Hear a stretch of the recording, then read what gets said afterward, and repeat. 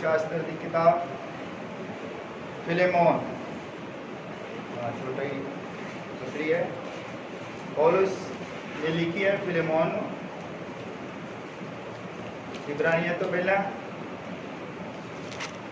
Philemon नवे name की किताब है। हाँ, मिल गई। हालेलुया। हमें इसकी कोई ऐत पढ़नी है। एक नंबर ऐत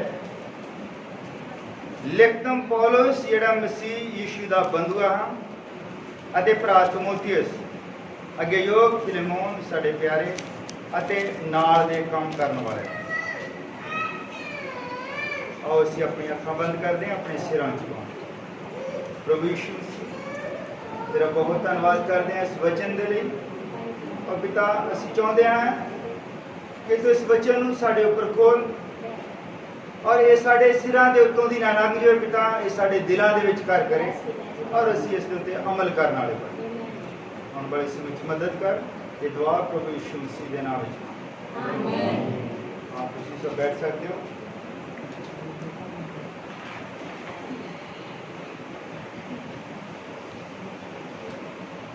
सारे जय मसीह जी। अज पढ़िया है फिलेमोन। फिलेमोन प्रभु का सेवक है और उसनु संत पौलुस जो है वो चिट्ठी लिख रहा है। हालेलुया। चिट्ठी मैं पढ़ के नहीं सुनानी, पर वो चिट्ठी की जो पहली ही गल है जितो शुरू करता है मैं उसे ते ही गल करनी है। और वो लिख रहा है कि लिखतम पौलुस जड़ा मसीह यीशु दा बंधुआ हाँ। हालेलुया। पंजाबी दे विच असीं इस नूं बंधुआ कहंदे हैं, इस नूं कैदी भी कहंदे हैं। हालेलुया। अज मैं गल करनी है पौलुस दे उत्ते कि पौलुस जो गैमलीएल दा चेला सी और अपने टाइम दा सब तो ज़्यादा पढ़िया लिखिया, अपने टाइम दा सब तो ज़्यादा अणखी बंदा। हालेलुया। और यहोवा नूं मनण वाला, परमेश्वर नूं पूरी निष्ठा दे नाल मनण वाला बंदा सी। हालेलुया। और इहदे कोल अधिकार सन पूरे। ये उथे आउण वाले समय दे विच महायाजक बनने वाला बंदा सी। हालेलुया। मैं उस पौलुस की गल करदा हां जिसका नाम पहला सौलूस सी।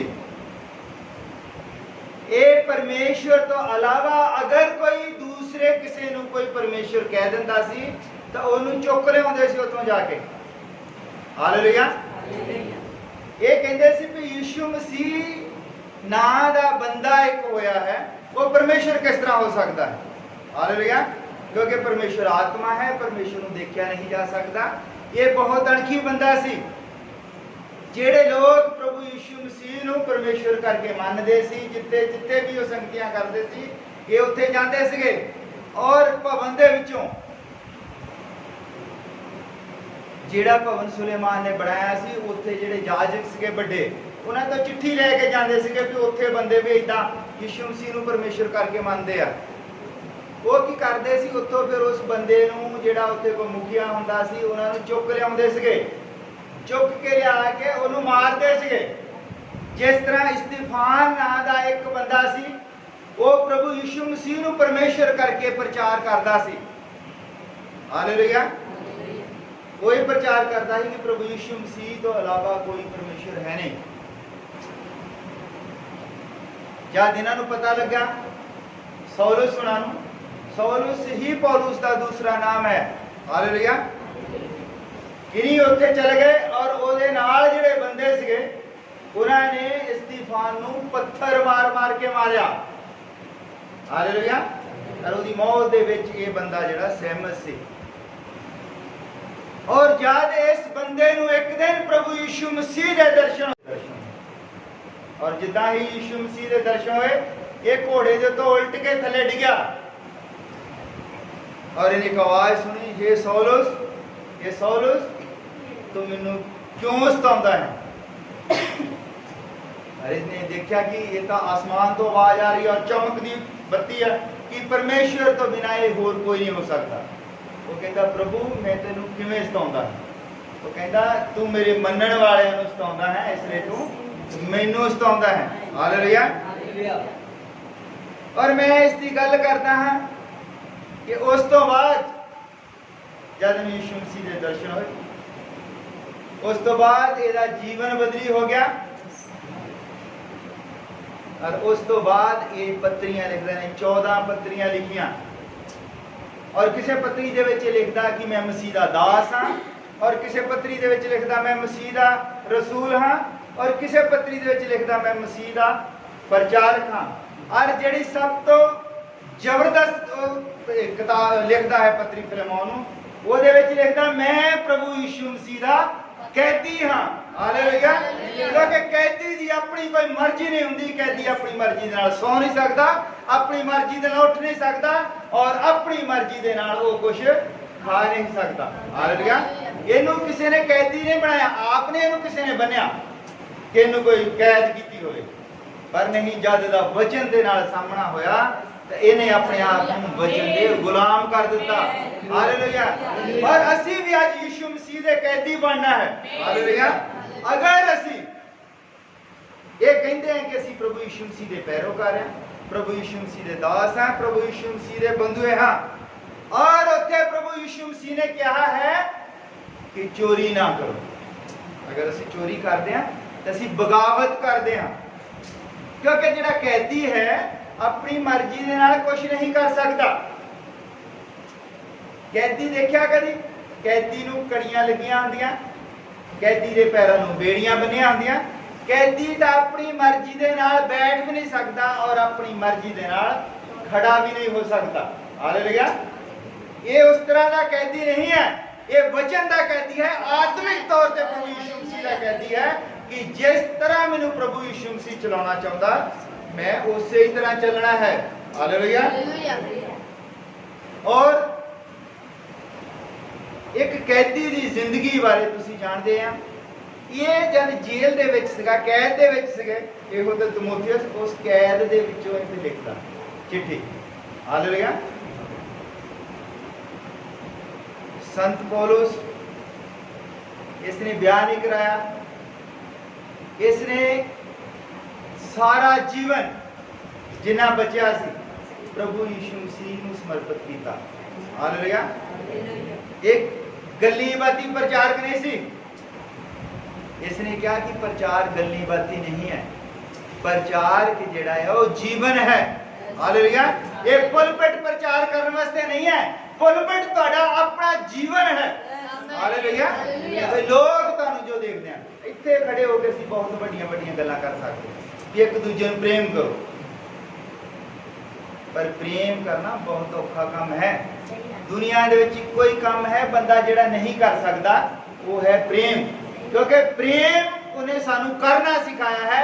प्रेम का मतलब है कोई अपने मित्र दे लिए अपनी जान दे दे। हालेलुया। प्रेम करना सौखा काम रहेगा, कहना बड़ा सौखा है, बड़ा सौखा है। भरियां पईयां खंभियां दे उत्ते लिखिया है, मीटरां दे उत्ते लिखिया पीले जिहे रंग दे नाल प्रेम करो, प्रेम करो लिखा ना सब जगह। अगर बंदा प्रेम करता हुंदा ते बंदा किसी नूं धोखा नहीं दे सकता, बंदा किसी दे नाल झूठ नहीं बोल सकता, बंदा किसी नूं नुकसान नहीं पहुंचा सकता। ये बेस है जिंदगी का प्रेम, और प्रेम ही बंदा नहीं करता। हालेलुया। और प्रभु यीशु मसीह ने क्या है कि अपने पड़ोसी नूं अपने जिहा प्रेम करो, तो उन्हें सारे ही 10 हुक्म जिहड़े आ उहदे विच लपेट के रख दिते कि जद असीं प्रेम करांगे फिर असीं किसी दे नाल झूठ नहीं बोल सकते, किसी दे नाल धोखा नहीं कर सकते। हालेलुया। अगर वचन दे विच लिखिया है कि 6 दिन काम करो और 7वें दिन आराम करो, अगर असीं इदां नहीं करते तो असीं बगावत करते हैं। जिहड़े कैदी हुंदे, मान लो कैद दे विच आ बंदे, मान लो एक जेल है उहदे विच कैदी है, कैद दे विच बंदे 150 है ना, उहदे विच कोई कुछ करने नूं कहा जाता है, और जेड़ा कैदी कहता मैं ये काम नहीं करना, ਉਹਨੂੰ ਬਾਗੀ ਕਿਹਾ ਜਾਂਦਾ ਹੈ, ਉਹ ਬਗਾਵਤ ਤੇ ਉਤਰ ਜਾਂਦਾ ਹੈ। ਹਾਲੇਲੂਇਆ। ਜਿਸ ਤਰ੍ਹਾਂ ਜਦ ਸਾਡੇ ਮੁਲਕ ਦੀ ਅਸੀਂ ਗੱਲ ਕਰਦੇ ਹਾਂ ਤੇ ਇੱਥੇ ਅੰਗਰੇਜ਼ਾਂ ਨੇ ਬਣਾਈਆਂ ਹੁੰਦੀਆਂ ਸੀਗੀਆਂ ਜੇਲਾਂ ਵੱਡੀਆਂ ਵੱਡੀਆਂ, ਔਰ ਉੱਥੇ ਲੋਕ ਹੁੰਦੇ ਸੀਗੇ, ਕੈਦੀ ਹੁੰਦੇ ਸੀ, ਮੰਨ ਲਓ और ਉਹਦੇ ਵਿੱਚ ਕੈਦੀਆਂ ਦੀਆਂ ਕਹਾਣੀਆਂ ਅਸੀਂ ਸੁਣਦੇ ਹਾਂ। ਜਾਂ ਮੰਗਲ ਪਾਂਡੇ ਨੂੰ ਉਹ ਕਹਿੰਦੇ ਵੀ ਉਹ ਤੁਸੀਂ ਗ੍ਰਨੇਡ ਜਿੱਦਾਂ ਨਾ ਗ੍ਰਨੇਡ ਸੁੱਟਦੇ ਹੁੰਦੇ ਤਾਂ ਗ੍ਰਨੇਡ ਦੇ ਉੱਤੇ ਚਰਬੀ ਲਾਈ ਹੁੰਦੀ ਸੀ ਪਸ਼ੂਆਂ ਦੀ। ਉਹ ਕਹਿੰਦਾ ਮੈਂ ਇਹ ਕੰਮ ਨਹੀਂ ਕਰਨਾ ਕਿਉਂਕਿ ਇੱਥੇ ਮੂੰਹ ਦੇ ਨਾਲ ਕੱਢਣਾ ਪੈਂਦਾ ਸੀ, ਕਹਿੰਦਾ ਇੱਥੇ ਚਰਬੀ ਲੱਗੀ ਆ। ਤੇ ਉਹਨੂੰ ਅੱਜ ਵੀ ਅਸੀਂ ਕਿਤਾਬਾਂ ਦੇ ਵਿੱਚ ਪੜ੍ਹਦੇ ਆ ਕਿ ਉਹਨੇ ਬਗਾਵਤ ਕੀਤੀ। ਬਗਾਵਤ ਦਾ ਮਤਲਬ ਹੁੰਦਾ ਕਿ ਜੋ ਕਿਹਾ ਜਾਂਦਾ ਹੈ ਅਸੀਂ ਉਹ ਨਹੀਂ ਕਰਦੇ। ਅਦਨ ਦੇ ਬਾਗ ਦੇ ਵਿੱਚ ਹਵਾ ਨੇ ਔਰ ਆਦਮ ਨੇ ਪਰਮੇਸ਼ਵਰ ਦੇ ਖਿਲਾਫ ਬਗਾਵਤ ਕੀਤੀ ਜਦ ਪਰਮੇਸ਼ਵਰ ਨੇ ਕਿਹਾ ਕਿ ਤੁਸੀਂ ਆਹ ਕੰਮ ਨਹੀਂ ਕਰਨਾ। Hallelujah hallelujah.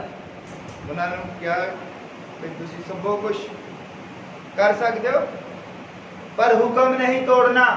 ਹਾਲੇਲੂਇਆ। ਜਦ ਉਹਨਾਂ ਨੇ ਪਰਮੇਸ਼ਵਰ ਦਾ ਕਹਿਆ ਨਹੀਂ ਮੰਨਿਆ, ਸਿੱਧੇ ਤੌਰ ਤੇ ਜਿਹਦਾ ਵਚਨ ਦੇ ਵਿੱਚ ਲਿਖਿਆ ਮੈਂ ਉਦਾਂ ਹੀ ਦੱਸ ਦਿੰਦਾ, ਕਿਉਂਕਿ ਲਿਖਿਆ ਹੈ ਕਿ ਤੁਸੀਂ ਸਭੋ ਦਰਖਤਾਂ ਤੋਂ ਸਭੀ ਰੁੱਖਾਂ ਤੋਂ ਖਾਓ, ਜਿਹੜਾ ਰੁੱਖ ਵਿਚਕਾਰ ਹੈ ਉਹ ਤੋਂ ਨਾ ਖਾਓ। ਪਰ ਜਦ ਉਹਨਾਂ ਨੇ ਖਾ ਲਿਆ ਤੇ ਉਹ ਬਗਾਵਤ ਤੇ ਉਤਰ ਆਏ। ਉਹਨਾਂ ਨੇ ਬੰਦਾ ਜਦੋਂ ਕਿਸੇ ਨੂੰ ਕੋਈ ਕੰਮ ਕਰਨ ਦੇ ਲਈ ਮਨਾ ਕੀਤਾ ਜਾਂਦਾ ਹੈ ਤਾਂ ਉਹ ਜਦ ਬੰਦਾ ਕਰਦਾ ਹੈ ਸਭ ਤੋਂ ਪਹਿਲਾਂ ਉਹਦੇ ਮਨ ਦੇ ਵਿੱਚ ਇਹ ਆਉਂਦਾ ਵੀ ਕੁਝ ਨਹੀਂ ਹੁੰਦਾ, ਕੀ ਹੋ ਚੱਲਿਆ ਹੈ ਨਾ। ਜਦੋਂ ਉਹਦੇ ਮਨ ਦੇ ਵਿੱਚ ਇਹ ਚੀਜ਼ ਆ ਜਾਂਦੀ ਵੀ ਕੁਝ ਨਹੀਂ ਹੁੰਦਾ, ਕੀ ਹੋ ਚੱਲਿਆ, ਇਹਦਾ ਮਤਲਬ ਫਿਰ ਬੰਦਾ ਉਹ ਬਗਾਵਤ ਦੇ ਉੱਤੇ ਖੜਾ ਹੋ ਗਿਆ ਕਿ ਬੰਦਾ ਬਗਾਵਤ ਕਰਦਾ ਹੈ। ਹਾਲੇਲੂਇਆ। ਜਦ ਵਚਨ ਦੇ ਵਿੱਚ ਲਿਖਿਆ ਹੈ ਕਿ ਮੇਰੇ ਸਨਮੁਖ ਤੁਹਾਡੇ ਲਈ ਕੋਈ ਦੂਸਰਾ ਦੇਵਤਾ ਨਾ ਹੋਵੇ। ਬਹੁਤ ਸਾਰੇ ਲੋਕ ਹੁਣ ਜਦੋਂ ਰੱਖੜੀਆਂ ਹੀ ਭੇਜਦੇ ਨਾ, ਕਦੀ ਉਹਨੂੰ ਗੌਰ ਦੇ ਨਾਲ ਦੇਖੋ, ਰੱਖੜੀ ਦੇ ਉੱਤੇ ਵੀ ਕੋਈ ਨਾ ਕੋਈ ਉਹਨਾਂ ਨੇ ਬਣਾਈ ਹੁੰਦੀ ਆ ਮੂਰਤ। ਔਰ ਵਚਨ ਦੇ ਵਿੱਚ ਲਿਖਿਆ ਕਿਸੇ ਉਕਰੀ ਹੋਈ ਮੂਰਤ ਨਾ ਬਣਾ, ਆਪਣੇ ਲਈ ਉਕਰੀ ਹੋਈ ਮੂਰਤ ਨਾ ਬਣਾ। ਇਹ ਕੀ ਹੈ, ਸ਼ੈਤਾਨ ਬਹੁਤ ਬਰੀਕੀ ਤਰੀਕੇ ਦੇ ਨਾਲ ਸਾਡੇ ਤੋਂ ਉਹ ਕੰਮ ਕਰਾਉਂਦਾ ਹੈ ਕਿ ਅਸੀਂ ਪਰਮੇਸ਼ਵਰ ਦੇ ਖਿਲਾਫ ਬਗਾਵਤ ਤੇ ਉਤਰ ਆਈਏ। ਹਾਲੇਲੂਇਆ। ਇਹ ਜਿਹੜੀ ਮੈਂ ਛੋਟੀ ਜਿਹੀ ਆਇਤ ਪੜ੍ਹੀ ਹੈ ਇਹਦੇ ਵਿੱਚ ਸੰਤ ਪੌਲੁਸ ਕਹਿੰਦਾ ਕਿ ਮੈਂ ਪ੍ਰਭੂ ਯਿਸੂ ਮਸੀਹ ਦਾ ਬੰਦੂਆ ਹਾਂ। ਹਾਲੇਲੂਇਆ। ਉਹਨੂੰ ਕਿਸੇ ਨੇ ਬੰਨਿਆ ਨਹੀਂ ਸੀ, ਉਹਦੀ ਸਿੱਧੀ ਭਵਨ ਤੱਕ ਪਹੁੰਚ ਸੀ। ਔਰ ਜਿਹੜਾ ਉੱਤੇ ਸਭ ਤੋਂ ਵੱਡਾ ਬੰਦਾ ਸੀ, ਪੜਾਉਣ ਵਾਲਾ, ਸਿਖਾਉਣ ਵਾਲਾ, ਗੈਮਲੀਅਲ, ਉਹਦਾ ਇਹੋ ਸਭ ਤੋਂ ਪਿਆਰਾ ਸੀ। ਇਹਨੂੰ ਕਿਸੇ ਨੇ ਬੰਨਿਆ ਨਹੀਂ, ਇਹਦੇ ਉੱਤੇ ਕਿਸੇ ਨੇ ਥੋਪਿਆ ਨਹੀਂ ਵੀ ਤੂੰ ਵੀ ਹੁਣ ਵਿਆਹ ਨਹੀਂ ਕਰਾਉਣਾ ਜਾਂ ਤੂੰ ਸੇਵਾ ਕਰਨੀ ਆ ਜਾਂ ਤੂੰ ਨੰਗੇ ਪੈਰੀਂ ਘੁੰਮਣਾ ਆ। ਇਹ ਆਪਣੀ ਮਰਜ਼ੀ ਦੇ ਨਾਲ ਜਦ ਇਹਨੂੰ ਵਚਨ ਦੀ ਸਮਝ ਲੱਗ ਗਈ, ਇਹ ਵਚਨ ਦਾ ਗੁਲਾਮ ਹੋ ਗਿਆ। ਹਾਲੇਲੂਇਆ। ਜਦ ਸਾਨੂੰ ਵਚਨ ਦੀ ਸਮਝ ਲੱਗ ਜਾਂਦੀ, ਅਸੀਂ ਵਚਨ ਸੁਣਦੇ ਆ ਔਰ ਅਸੀਂ ਇਹ ਪੜ੍ਹਨ ਕਰ ਲੈਂਦੇ ਆ, ਅਸੀਂ ਤੋਬਾ ਕਰ ਲੈਂਦੇ ਆ, ਬਪਤਿਸਮਾ ਲੈ ਲੈਂਦੇ ਆ, ਉਸ ਤੋਂ ਬਾਅਦ ਵੀ ਅਸੀਂ ਉਹੋ ਹੀ ਕੰਮ ਕਰਦੇ ਆ, ਤੇ ਇਹਦਾ ਮਤਲਬ ਅਸੀਂ ਪਰਮੇਸ਼ਵਰ ਦੇ ਨਾਲ ਬਗਾਵਤ ਕਰਦੇ ਆ। ਔਰ ਪਰਮੇਸ਼ਵਰ ਦੇ ਨਾਲ ਬਗਾਵਤ ਜੋ ਹੈ ਉਹ ਸੌਖੀ ਨਹੀਂ ਹੈ। ਜਿਉਂਦੇ ਪਰਮੇਸ਼ਵਰ ਦੇ ਹੱਥ ਵਿੱਚ ਪੈਣਾ ਬਹੁਤ ਭਿਆਨਕ ਗੱਲ ਹੈ। ਔਰ ਹਵਾ ਨੇ ਔਰ ਆਦਮ ਨੇ ਬਗਾਵਤ ਕੀਤੀ। ਹਾਲੇਲੂਇਆ। ਪਹਿਲਾਂ ਉਹਨਾਂ ਨੂੰ ਹਲ ਨਹੀਂ ਸੀ ਵਾਹੁਣੇ ਪੈਂਦੇ, ਉਹਨਾਂ ਨੂੰ ਖੇਤੀ ਨਹੀਂ ਸੀ ਕਰਨੀ ਪੈਂਦੀ। ਉਹ ਜਿਹੜੇ ਮਰਜ਼ੀ ਦਰਖਤ ਤੋਂ ਤੋੜ ਕੇ ਉਹ ਖਾਈ ਜਾਂਦੇ ਸੀ। ਜਿਹੜੇ ਮਰਜ਼ੀ ਦਰਖਤ, ਅਗਰ ਆਦਮ ਕੋਈ ਫਲ ਉੱਚਾ ਲੱਗਾ ਤੇ ਆਦਮ ਕਹਿੰਦਾ ਸੀ ਫਲ ਨੂੰ ਵੀ ਥੱਲੇ ਝੁਕ ਜਾ, ਤਾਂ ਝੁਕ ਜਾਂਦਾ ਸੀ। ਉਹਨੂੰ ਕੋਈ ਮਿਹਨਤ ਨਹੀਂ ਸੀ ਕਰਨੀ ਪੈਂਦੀ। ਉਹ ਛੋਟਾ ਪਰਮੇਸ਼ਵਰ ਸੀ ਧਰਤੀ ਦੇ ਉੱਤੇ, ਛੋਟਾ ਖੁਦਾ। ਹਾਲੇਲੂਇਆ। ਪਰ ਜਦ ਉਹ ਬਗਾਵਤ ਦੇ ਉੱਤੇ ਉਤਰੇ, ਜਦ ਉਹਨੇ ਬਗਾਵਤ ਕੀਤੀ ਔਰ ਉਹਨਾਂ ਤੋਂ ਪਰਮੇਸ਼ਵਰ ਨੇ ਸਾਰੇ ਹੱਕ ਜਿਹੜੇ ਸੀ ਉਹ ਵਾਪਸ ਲੈ ਲਏ। ਜੋ ਸਾਰੇ ਹੱਕ ਵਾਪਸ ਲੈ ਲਏ ਤੇ ਉਹਦਾ ਹੀ ਨਤੀਜਾ ਹੈ, ਉਦੋਂ ਦੇ ਹੀ ਹੱਕ ਪਰਮੇਸ਼ਵਰ ਨੇ ਵਾਪਸ ਲੈ ਲਿਆ ਕਿ ਅੱਜ ਸਾਨੂੰ ਛੋਟਾ ਜਿਹਾ ਇੱਕ ਕੀਟਾਣੂ ਜਿਹੜਾ ਉਹਦੇ ਤੋਂ ਡਰਨਾ ਪੈ ਰਿਹਾ ਹੈ। ਹਾਲੇਲੂਇਆ। ਪਹਿਲਾਂ ਸੱਪ ਵੀ ਉਹਦਾ ਕਹਿਣਾ ਮੰਨਦਾ ਸੀ। ਉਹ ਸੱਪ ਨੂੰ ਕਹਿੰਦਾ ਸੀ ਵੀ ਤੂੰ ਉਹ ਪਰਲੇ ਪਾਸੇ ਜਾ ਕੇ ਬੈਠ, ਉੱਧਰ ਬੈਠਦਾ ਸੀ। ਔਰ ਹੁਣ ਸੱਪ ਤੋਂ ਡਰ ਲੱਗਦਾ ਹੈ ਲੋਕਾਂ ਨੂੰ। ਹਾਥੀ, ਸ਼ੇਰ ਜਿਹੜਾ ਸੀ ਉਹਦਾ ਕਹਿਣਾ ਮੰਨਦਾ ਸੀ ਆਦਮ ਦਾ, ਪਰ ਹੋਇਆ ਕਿ ਪਰਮੇਸ਼ਵਰ ਨੇ ਉਹਦੇ ਤੋਂ ਉਹ ਹੱਕ ਵਾਪਸ ਲੈ ਲਏ। ਹੁਣ ਸ਼ੇਰ ਦੇਖੋ ਸਾਪ ਤਾਂ ਨਿਕਲ ਜਾਂਦਾ ਨਾ ਬੰਦੇ ਨੂੰ। ਸ਼ੁਰੂ ਦੇ ਵਿੱਚ ਇਦਾਂ ਨਹੀਂ ਸੀ। ਸ਼ੁਰੂ ਦੇ ਵਿੱਚ ਉਹ ਸ਼ੇਰ ਨੂੰ ਆਵਾਜ਼ ਮਾਰਦਾ ਸੀ ਇੱਧਰ ਆ ਜਾ, ਔਰ ਸ਼ੇਰ ਆ ਕੇ ਬੈਠ ਜਾਂਦਾ ਸੀ, ਕਿਉਂਕਿ ਇਹ ਉੱਥੇ ਹੀ ਨਹੀਂ ਹੋਇਆ ਜਿਹਨੂੰ ਪਰਮੇਸ਼ਰ ਹੱਕ ਦਿੰਦਾ ਹੈ। ਦਾਨੀਏਲ ਨਬੀ ਨੂੰ ਦੇਖੋ, ਦਾਨੀਏਲ ਨਬੀ ਨੂੰ और शेरां दे घुरने दे विच सुੱਟ ਦਿੱਤਾ। ਜਿਹੜੇ ਭੁੱਖੇ ਸੀ ਉੱਥੇ ਇਹ ਹੁੰਦਾ ਸੀਗਾ ਵੀ ਸ਼ੇਰਾਂ ਨੂੰ ਕੁਝ ਖਿਲਾਇਆ ਨਹੀਂ ਸੀ ਜਾਂਦਾ। ਜਿਹੜਾ ਕੋਈ ਬੰਦਾ ਰਾਜਿਆਂ ਦੇ ਖਿਲਾਫ ਕੋਈ ਕੰਮ ਕਰਦਾ ਸੀ ਉੱਥੇ ਸੁੱਟ ਦਿੰਦੇ ਸੀ ਔਰ ਸ਼ੇਰ ਆਪੇ ਫਿਰ ਉਹਨੂੰ ਖਾ ਲੈਂਦੇ ਸੀ। ਉਸੇ ਘੁਰਨੇ ਦੇ ਵਿੱਚ ਇੱਕ ਦਿਨ ਦਾਨੀਅਲ ਨੂੰ ਸੁੱਟਿਆ ਗਿਆ। ਹਾਲੇਲੂਇਆ। ਪਰ ਦਾਨੀਅਲ ਦੇ ਕੋਲ ਉਹ ਹੱਕ ਸੀ ਜਿਹੜੇ ਸ਼ੁਰੂ ਦੇ ਵਿੱਚ ਆਦਮ ਦੇ ਕੋਲ ਸੀ। ਔਰ ਜਦ ਦਾਨੀਅਲ ਨੂੰ ਸੁੱਟਿਆ ਗਿਆ ਉੱਥੇ ਔਰ ਰਾਜਾ ਸਵੇਰੇ ਤੜਕੇ ਉੱਠ ਕੇ ਕਹਿੰਦਾ ਵੀ ਮੈਂ ਦੇਖਦਾ ਕੀ ਹਾਲ ਹੋਇਆ ਹੋਊਗਾ।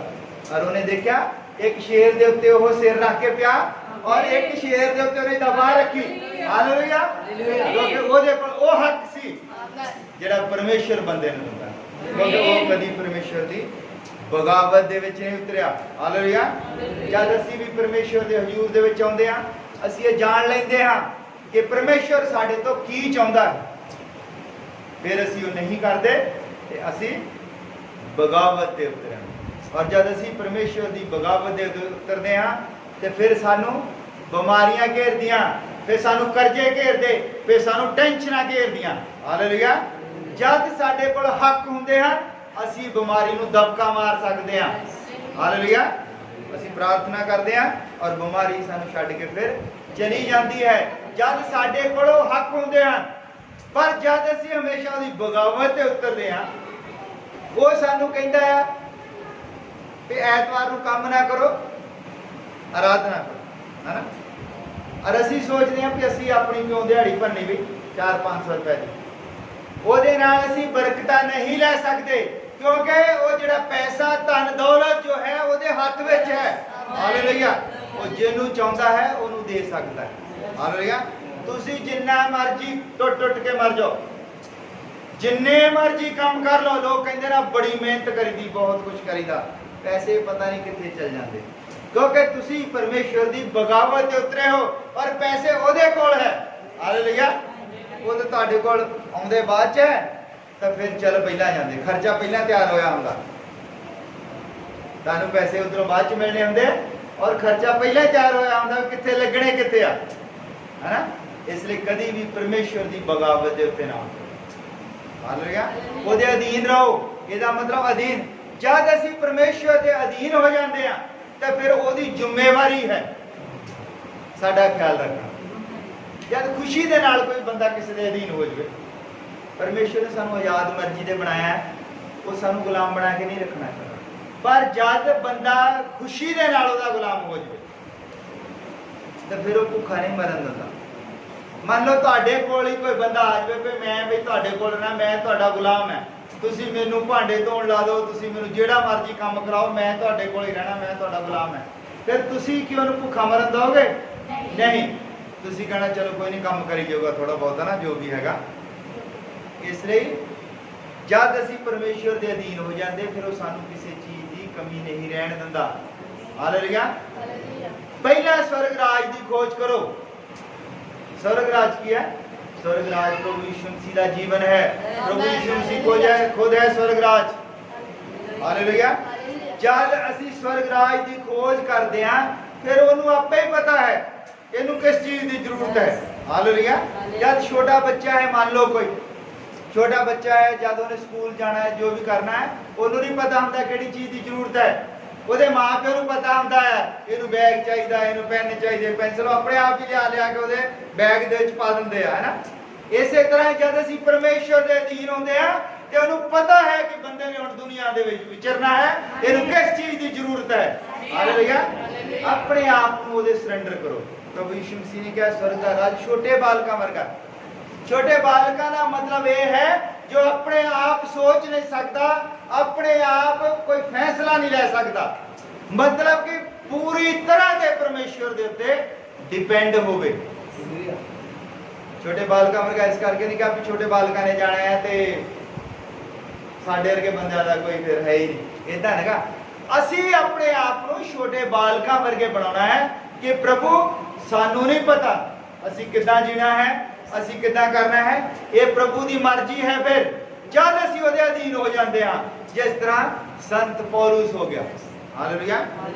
ਸੰਤ ਪੌਲੁਸ ਉਹਦੇ ਅਧੀਨ ਹੋ ਗਿਆ ਔਰ ਫਿਰ ਪ੍ਰਭੂ ਨੇ ਉਹਨੂੰ ਉਹ ਹੱਕ ਦਿੱਤੇ ਕਿ ਜਦ ਇੱਕ ਵਾਰੀ ਇਹ ਰਾਤ ਨੂੰ ਪ੍ਰਚਾਰ ਕਰ ਰਿਹਾ ਸੀ, ਸੰਗਤੀ ਦਾ ਜ਼ਿਆਦਾ ਸਮਾਂ ਹੋ ਗਿਆ और एक बंदा बनेरे दे उत्ते बैठ के सुन रहा सी प्रचार, ओनू नींद आ गई, थले डिग गया और इहदे कोल हक सी कि मुर्दे नू जिंदा कर सके।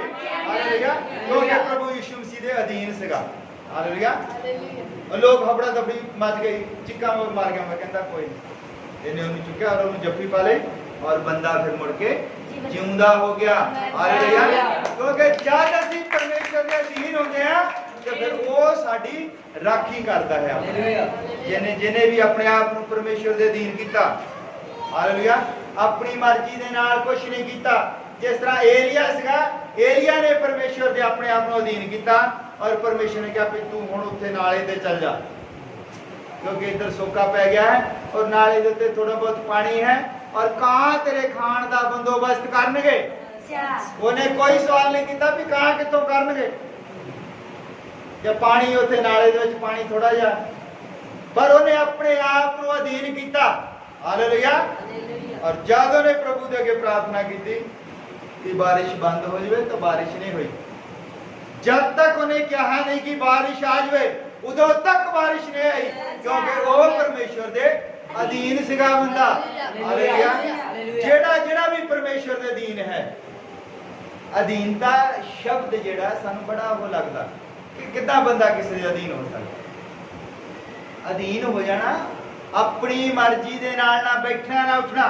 अगर उन्होंने परमेश्वर कहता भी उत्थे नाले दे कंढे ते चल जा, वो चुकदा अपनी उत्ते गुदड़ी हुंदी सी, एक गुदड़ी थले विछा लैंदा है तो बस लम्मा पै जांदा है। उन्हें गुदड़ी रखी अपने मोढे ते चला गया, और जब उत्ते परमेश्वर ने कहा भी हुण वापस चला जा और वापस आ गया। उन्हें नहीं कहा कि उत्ते भी मैं नदी के कंढे दे उत्ते छवे नाले के कंढे ते चल जावां, मैं रहना किते, है ना, खाना की आ। पर नहीं, जेड़ा कैदी हुंदा है, जेड़ा अधीन हुंदा, वो सवाल नहीं कर सकता। हालेलुया, और जेदे कैदी है, जेदे अधीन है, ओदी मर्जी है। हालेलुया, क्योंकि जब असीं परमेश्वर दे अधीन हो जाते हैं तो उसनूं फिर अपने आप पता है की कराना है और की करना है। हालेलुया, ये अधीनगी मनुखा की अधीनगी नहीं है, ये परमेश्वर की अधीनगी है।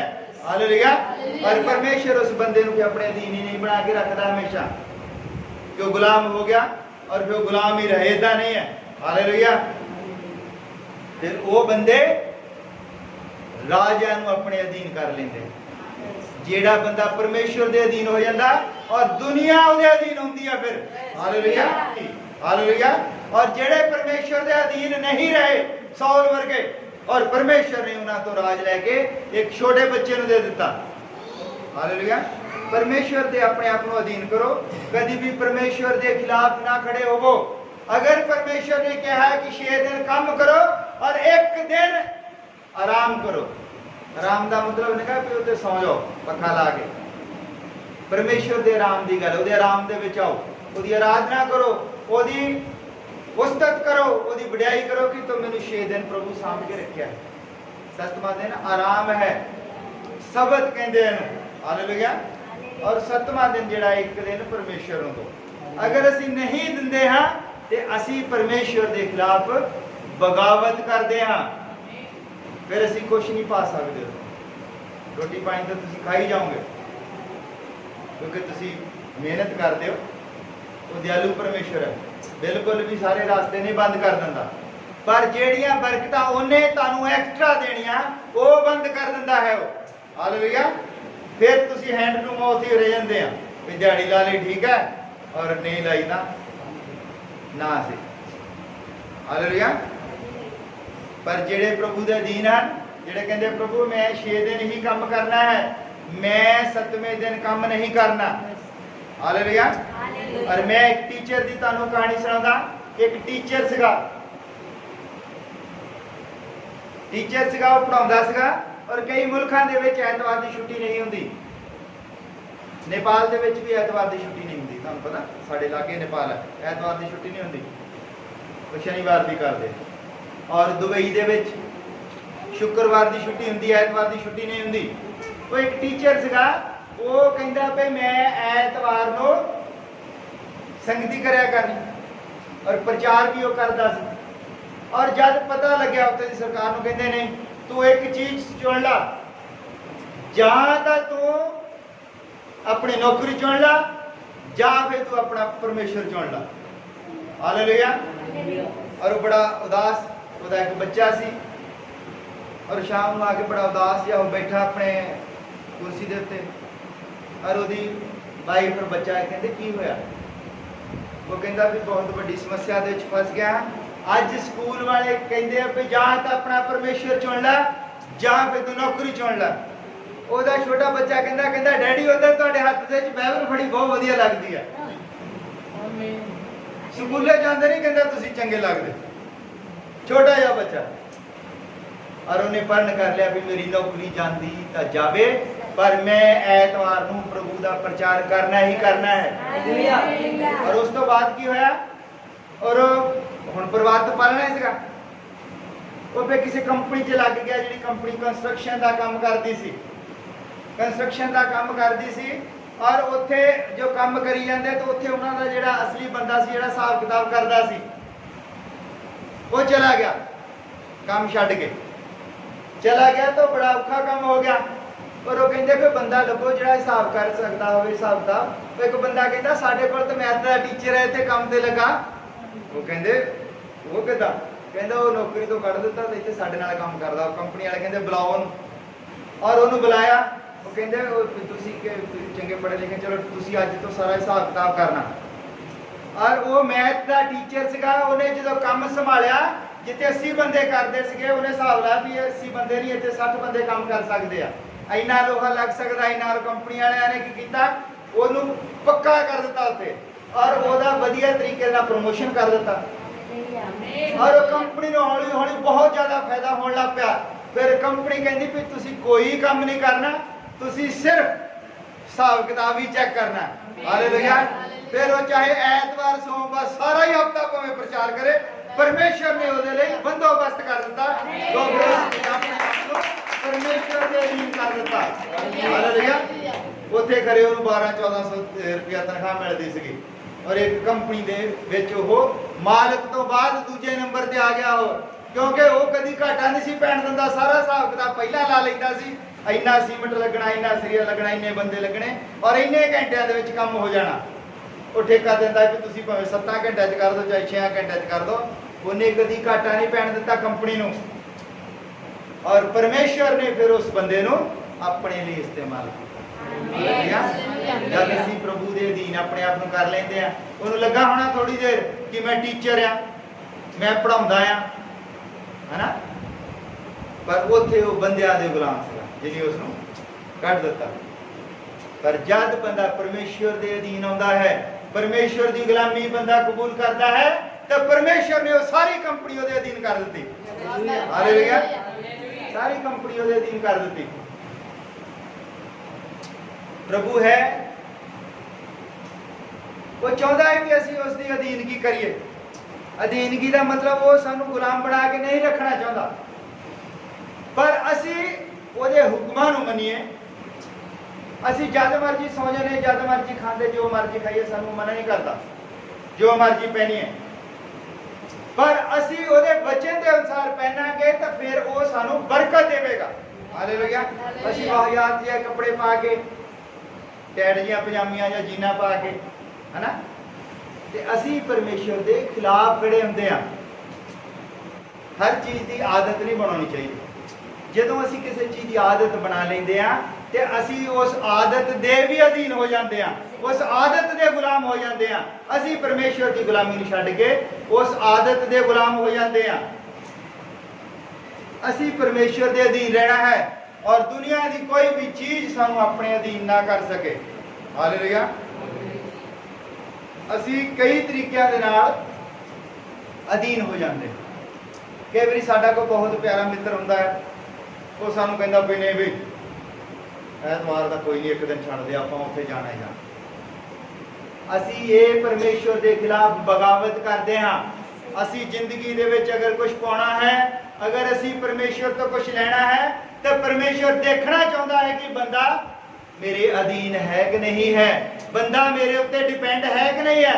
जब असीं परमेश्वर के उत्ते डिपेंड हो जाते हैं फिर सानू कोई चिंता करने की जरूरत नहीं है। हालेलुया। क्योंकि मैं परमेश्वर के उत्ते डिपेंड होकर देखा मैनू पता है असी निक्कियां निक्कियां गल्लां दे विच परमेश्वर नूं बहुत बार देखा है। जिस तरह दाऊद कहता है कि मैं परमेश्वर नूं हमेशा अपने अंग संग देखदा हाँ। अंग संग देखण दा मतलब ये नहीं कि परमेश्वर उहदे नाल खड़ा रहिंदा है। अंग संग देखण दा मतलब है कि छोटे छोटे कम्मां दे विच परमेश्वर किस तरह मदद करता है। अज इस बरांडे दे विच तुसीं आउंदे हो, उहदे विच एक पिलर कंध दे अंदर गया है ना पूरा, सानू नहीं सी पता कितना जाना है। असी तो 4 इंच की झरी मारते कि 1 फुट पिलर जिहड़ा बरांडे दे विच आ जाएगा, और असी दिल दे विच ये सीगा भी बरांडा खराब हो जाना है।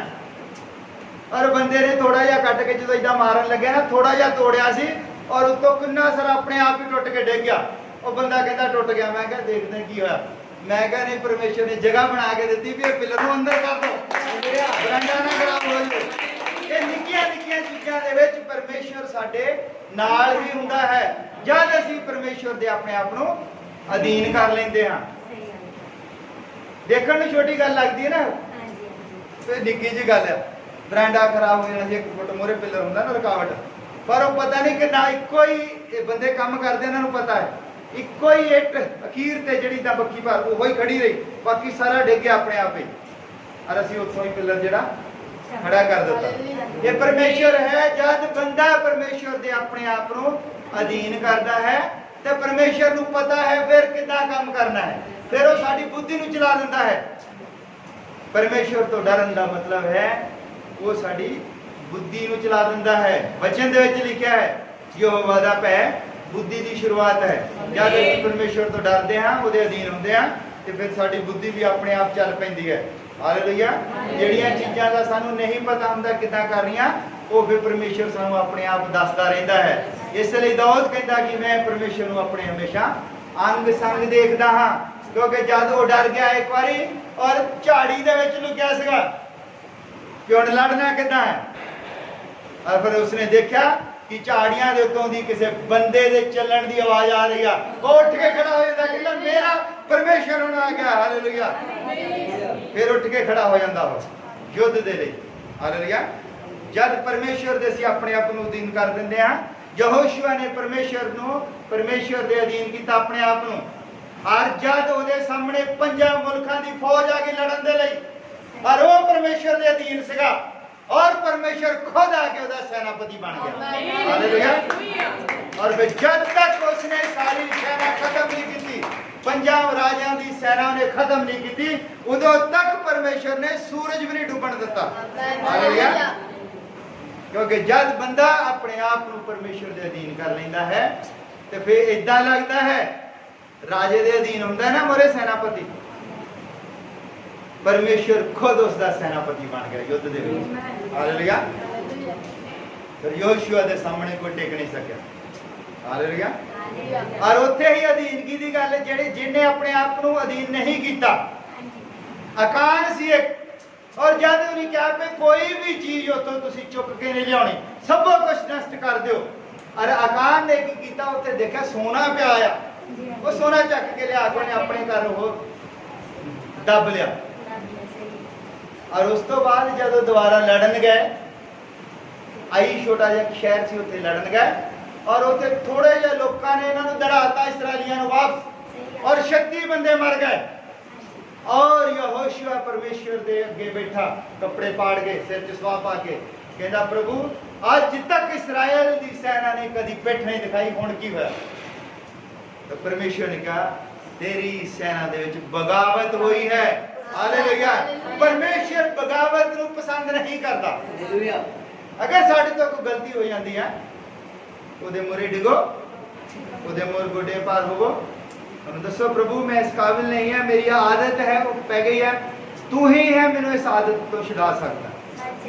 अधीन हो जाओ। अगर कोई गलती भी हो जाती है तब भी उहदे अधीन हो जाओ। कोई प्रॉब्लम है, कोई बीमारी है, उहदे अधीन हो जाओ कि प्रभु तू ही है मैनू बचाउण वाला। हालेलुया। मैं अपने आप को तेरे सरेंडर करदा, मैं तेरे अधीन करदा है। प्रभु मैं तेरी मर्जी पूरी करूंगा, मैं अज तो तेरा कैदी। जब असीं प्रभु के कैदी बन जाते हैं, फिर प्रभु अपने आप साडा सब कुछ बंदोबस्त करता है। ਹਾਲੇਲੂਇਆ। ਔਰ ਪ੍ਰਭੂ ਦੇ ਕੈਦੀ ਹੋਣ ਦਾ ਮਤਲਬ ਹੈ ਉਹਦੇ ਵਚਨ ਦੇ ਕੈਦੀ ਹੋਣਾ। ਜੋ ਵਚਨ ਦੇ ਵਿੱਚ ਲਿਖਿਆ ਹੈ ਉਸੇ ਤਰ੍ਹਾਂ ਦਾ ਜੀਵਨ ਬਤੀਤ ਕਰਨਾ। ਜੋ ਵਚਨ ਦੇ ਵਿੱਚ ਨਹੀਂ ਲਿਖਿਆ, ਅਗਰ ਅਸੀਂ ਉਸ ਤਰ੍ਹਾਂ ਕਰਦੇ ਹਾਂ ਤੇ ਅਸੀਂ ਪਰਮੇਸ਼ਰ ਦੇ ਖਿਲਾਫ ਖੜੇ ਹੁੰਦੇ ਹਾਂ। ਹਾਲੇਲੂਇਆ। ਪਰਮੇਸ਼ਰ ਦੇ ਖਿਲਾਫ ਖੜੇ ਹੋਣ ਵਾਲਿਆਂ ਨੂੰ ਪਰਮੇਸ਼ਰ ਬਖਸ਼ਦਾ ਨਹੀਂ ਹੈ।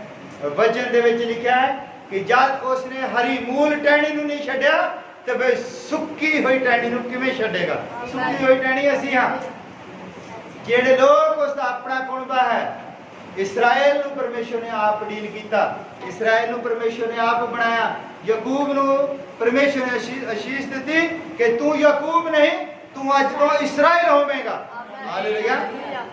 ਪਰ ਜਦ ਇਸਰਾਏਲ ਨੇ ਉਹਦੇ ਹੁਕਮ ਦੇ ਖਿਲਾਫ ਕੰਮ ਕੀਤਾ, ਉਸਨੇ ਇਸਰਾਏਲ ਨੂੰ ਨਹੀਂ ਛੱਡਿਆ। ਤੇ ਅਸੀਂ ਕੀ ਹਾਂ? ਅਸੀਂ ਤਾਂ ਕੁਝ ਵੀ ਨਹੀਂ। ਤੇ ਸਾਨੂੰ ਕਿਵੇਂ ਛੱਡੇਗਾ? ਇਸ ਲਈ ਪਰਮੇਸ਼ਰ ਦੇ ਅਧੀਨ ਹੋਵੋ। ਅਗਰ ਕੋਈ ਗਲਤੀ ਹੋ ਜਾਂਦੀ ਹੈ ਤਾਂ ਮਾਫੀ ਮੰਗੋ ਔਰ ਸਵੇਰੇ ਉੱਠ ਕੇ ਪ੍ਰਾਰਥਨਾ ਕਰੋ ਕਿ ਪ੍ਰਭੂ ਤੂੰ ਸਾਨੂੰ ਇੱਕ ਨਵਾਂ ਦਿਨ ਦਿੱਤਾ ਹੈ। ਅਸੀਂ ਇਸ ਦਿਨ ਦੇ ਵਿੱਚ ਪ੍ਰਭੂ ਤੇਰੇ ਖਿਲਾਫ ਕੋਈ ਕੰਮ ਨਾ ਕਰੀਏ। ਠੀਕ ਹੈ। ਵਚਨ ਦੇ ਵਿੱਚ ਲਿਖਿਆ ਹੈ ਤੜਕੇ ਉੱਠੋ ਤੇ ਤੜਕੇ ਉੱਠੋ, ਪ੍ਰੇਅਰ ਕਰੋ। ਪਹਿਲਾਂ ਤੜਕੇ ਉੱਠ ਕੇ ਪ੍ਰਾਰਥਨਾ ਕਰੋ। ਪਹਿਲਾਂ ਆਪਣੀ ਮੰਜੀ ਤੇ ਬੈਠ ਕੇ ਤੁਸੀਂ ਸਮਾਂ ਇਹ ਖਿਆਲ ਰੱਖੋ ਕਿ ਦੂਜਾ ਉੱਠੇ ਤਾਂ ਮੈਂ ਡਿਸਟਰਬ ਨਾ ਹੋ ਜਾਵਾਂ, ਹਨਾ। ਮੈਂ ਪਹਿਲਾਂ ਉੱਠ ਕੇ ਪ੍ਰੇਅਰ ਕਰਾਂ। ਸਵੇਰੇ ਉੱਠ ਕੇ ਤੜਕੇ ਉੱਠ ਕੇ ਪ੍ਰੇਅਰ ਕਰੋ। ਜ਼ਰੂਰੀ ਹੈ, ਇਹ ਨਿਯਮ ਹੈ, ਕਿਉਂਕਿ ਅਸੀਂ ਸਭ ਤੋਂ ਪਹਿਲਾਂ ਪਰਮੇਸ਼ਰ ਨੂੰ ਪਹਿਲ ਦਿੰਦੇ ਹਾਂ। ਅਸੀਂ ਪਰਮੇਸ਼ਰ ਦੇ ਅਧੀਨ ਹਾਂ ਕਿ ਪ੍ਰਭੂ ਹੁਣ ਤੂੰ ਮੈਨੂੰ ਦੱਸ ਸਾਰਾ ਦਿਨ ਮੈਂ ਕੀ ਕਰਨਾ। ਤੁਸੀਂ ਆਪਣੇ ਆਪ ਨੂੰ ਪਰਮੇਸ਼ਰ ਦੇ ਅਧੀਨ ਕਰੋ। ਪਰਮੇਸ਼ਰ ਦੇ ਅਧੀਨ ਕਰਨ ਦਾ ਮਤਲਬ ਤੜਕੇ ਉੱਠੋ, ਪ੍ਰਾਰਥਨਾ ਕਰੋ। ਜਿਹੜਾ ਵੀ ਕੰਮ ਕਰਦੇ ਹੋ ਤੁਹਾਡੇ ਅੰਦਰਲੇ ਪਾਸੇ ਪ੍ਰਾਰਥਨਾ ਚੱਲਦੀ ਰਹਿਣੀ ਚਾਹੀਦੀ ਹੈ।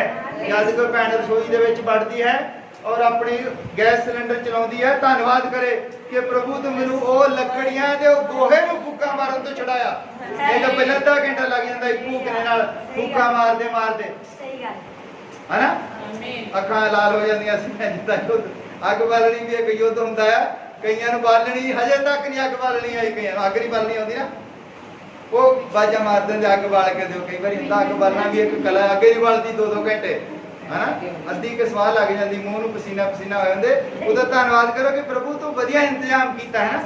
ਗੈਸ ਹੈਗੀ, ਸਿਲੰਡਰ 'ਚ ਚਾਹ ਪੱਤੀ ਹੈਗੀ, ਦੁੱਧ ਹੈਗਾ, ਆਟਾ ਹੈਗਾ, ਹਨਾ। ਤੇ ਧੰਨਵਾਦ ਕਰਕੇ ਰਸੋਈ ਦੇ ਵਿੱਚ ਵੜੋ। ਏਦਾਂ ਦੇ ਵੀ ਟਾਈਮ ਹੁੰਦੇ ਸੀਗੇ, ਇੱਕ ਪਾਸੇ ਪਸ਼ੂ ਬੰਨੇ ਹੁੰਦੇ ਸੀਗੇ ਔਰ ਉਹ ਪਿਛਲੇ ਪਾਸੇ ਚੁੱਲ੍ਹਾ ਰੱਖ ਕੇ ਬੁੜੀਆਂ ਬਾਲਦੀਆਂ ਹੁੰਦੀਆਂ ਸੀਗੀਆਂ, ਕਿਉਂਕਿ ਮੀਂਹ ਬਰਸਾਤਾਂ ਦੇ ਵਿੱਚ। ਔਰ ਡਰ ਲੱਗਦਾ ਰਹਿੰਦਾ ਸੀਗਾ ਵੀ ਹੁਣ ਨਾ ਕਿਤੇ ਪਸ਼ੂ ਕਿਤੇ ਹੁਣ ਪਿਸ਼ਾਬ ਹੀ ਨਾ ਕਰਦੇ, ਚੁੱਲ੍ਹਾ ਬਾਹਰ ਲੈ ਕੇ ਜਾਣਾ। ਇਹਨਾਂ ਚੀਜ਼ਾਂ ਤੋਂ ਤੁਹਾਨੂੰ ਪਰਮੇਸ਼ਰ ਨੇ ਬਚਾ ਕੇ ਰੱਖਿਆ। ਛੋਟੀਆਂ ਚੀਜ਼ਾਂ ਹੈਗੀਆਂ ਉਹ, ਇਹ ਤੁਹਾਨੂੰ ਬਰਕਤਾਂ ਦਿੱਤੀਆਂ। ਵਧੀਆ ਤਰੀਕੇ ਦੇ ਨਾਲ ਤੁਸੀਂ ਰਸੋਈ ਚਲਾਉਂਦੇ ਆ ਤੇ ਪ੍ਰਭੂ ਦਾ ਧੰਨਵਾਦ ਕਰੋ। ਕੱਪੜੇ ਧੋਣ ਵਾਲੀ ਮਸ਼ੀਨ ਜਦੋਂ ਤੁਸੀਂ ਸਟਾਰਟ ਕਰਦੇ ਆ, ਹਨਾ, ਪ੍ਰਭੂ ਦਾ ਧੰਨਵਾਦ ਕਰੋ। ਥਾਪੀਆਂ ਮਾਰ ਮਾਰ ਕੇ ਅੱਧੇ ਬਟਨ ਭੱਜ ਜਾਂਦੇ, ਬੰਦਾ ਲੜ ਪੈਂਦਾ ਹੈ। ਬੰਦੇ ਨੇ ਕਮੀਜ਼ ਪਾਉਣੀ ਤਾਂ ਬਟਨ ਭੰਨ ਦਿੱਤਾ ਹੁੰਦਾ, ਥਾਪੀਆਂ ਮਾਰ ਮਾਰ ਕੇ, ਉਸ ਕਮੀਜ਼ ਨਾਲ ਦਾ ਬਟਨ ਨਹੀਂ ਲੱਭਦਾ। ਇਹਨਾਂ ਚੀਜ਼ਾਂ ਤੋਂ ਬਚੇ ਆ, ਪ੍ਰਭੂ ਦਾ ਧੰਨਵਾਦ ਕਰੋ। ਨਲਕੇ ਇਦਾਂ ਦੇ ਹੁੰਦੇ ਸੀ, ਨਲਕਾ ਘੇੜਨਾ ਨਾਲ ਹੀ ਅੱਡੀਆਂ ਚੁੱਕ, ਜਿਹੜਾ ਉੱਚਾ ਨਲਕਾ ਉਹਨੀਆਂ ਅੱਡੀਆਂ ਚੁੱਕ ਚੁੱਕ ਕੇ ਪਾਣੀ ਭਰ ਦਿੰਦੇ ਸੀ। ਔਰ ਸ਼ਾਮ 84 ਦਾ ਮਾਹੌਲ ਹੁੰਦਾ, ਪਾਣੀ ਨਹੀਂ ਸੀ ਨਿਕਲਦਾ ਹੁੰਦਾ, 150 ਫੁੱਟ ਤੋਂ ਥੱਲੇ ਪਾਣੀ ਨਿਕਲਦਾ। ਧੰਨਵਾਦ ਕਰੋ ਪ੍ਰਭੂ ਦਾ ਕਿ ਹੁਣ ਮਾੜੀ ਟੂਟੀ ਐ ਕਰਦੇ ਚੱਲ ਜੀ ਬਾਲਟੀ ਭਰ ਜਾਂਦੀ। ਇਹ ਪ੍ਰਭੂ ਨੇ ਸੁੱਖ ਦੇ ਦਿਨ ਦਿੱਤੇ ਹਨ। ਆਮੀਨ। ਹਾਲੇਲੂਇਆ। ਇਹ ਤੁਹਾਡੇ ਲਈ ਸੁੱਖ ਦੇ ਦਿਨ ਹਨ। ਤੁਸੀਂ ਕਲਪਨਾ ਕਰਕੇ ਦੇਖੋ, ਜਦੋਂ ਪਹਿਲਾਂ ਨਲਕੇ ਘੇੜ ਘੇੜ ਕੇ ਕੱਪੜੇ ਧੋਂਦੇ ਹੁੰਦੇ, ਹਨਾ। ਇਹ ਪ੍ਰਭੂ ਨੇ ਬਹੁਤ ਕੁਝ ਕੀਤਾ ਹੈ, ਭੈਣਾਂ ਲਈ ਜ਼ਿਆਦਾ ਕੀਤਾ ਹੈ। ਇਹ ਭੈਣਾਂ ਨੂੰ ਬਹੁਤ ਧੰਨਵਾਦ ਕਰਨਾ ਚਾਹੀਦਾ ਕਿ ਪ੍ਰਭੂ ਸਾਰੀ ਚੀਜ਼ਾਂ ਦਾ ਇੰਤਜ਼ਾਮ ਕੀਤਾ ਹੈ। ਤੇ ਫਿਰ ਜੇ ਉਹ ਭੈਣਾਂ ਫਿਰ ਵੀ ਪ੍ਰਭੂ ਦੇ ਅਧੀਨ ਨਹੀਂ ਹੁੰਦੀਆਂ ਤੇ ਫਿਰ ਇਹਦਾ ਮਤਲਬ ਉਹ ਪ੍ਰਭੂ ਦੀ ਬਗਾਵਤ ਕਰਦੀਆਂ ਹਨ, ਉਹ ਕੁਛ ਨਹੀਂ ਹੁੰਦੀਆਂ। ਫਿਰ ਇਹਦਾ ਮਤਲਬ, ਹਨਾ, ਬੰਦਾ ਜਿਹੜਾ ਆ ਸੈਟੀਸਫਾਈਡ ਨਹੀਂ ਹੁੰਦਾ ਹੈ, ਉਹ ਲੱਗਾ ਰਹਿੰਦਾ ਗਾਂ ਤੋਂ ਗਾਂ, ਮੇਰੇ ਤੋਂ ਆਹ ਚੀਜ਼ ਹੋਵੇ, ਆਹ ਚੀਜ਼ ਹੋਵੇ। ਪਰ ਅਸੀਂ ਪ੍ਰਭੂ ਦੇ ਅੱਗੇ ਡਿੱਗਣਾ ਕਿ ਪ੍ਰਭੂ ਜੋ ਤੂੰ ਦਿੱਤਾ ਹੈ ਇਹਦੇ ਲਈ ਤੇਰਾ ਬਹੁਤ ਧੰਨਵਾਦ। ਆਮੀਨ। ਪ੍ਰਭੂ ਦੇ ਆਪਣੇ ਆਪ ਨੂੰ ਅਧੀਨ ਕਰੋ, ਕਦੀ ਵੀ ਬਗਾਵਤ ਤੇ ਨਾ ਉਤਰੋ। ਬਗਾਵਤ ਦਾ ਮਤਲਬ ਹੈ ਕਿ ਉਹਦੀ ਜੋ ਨੇ ਕਿਹਾ ਉਹ ਨਹੀਂ ਕਰਨਾ, ਬਸ ਸਹੀ ਹੈ, ਉਹ ਹੈ ਬਗਾਵਤ।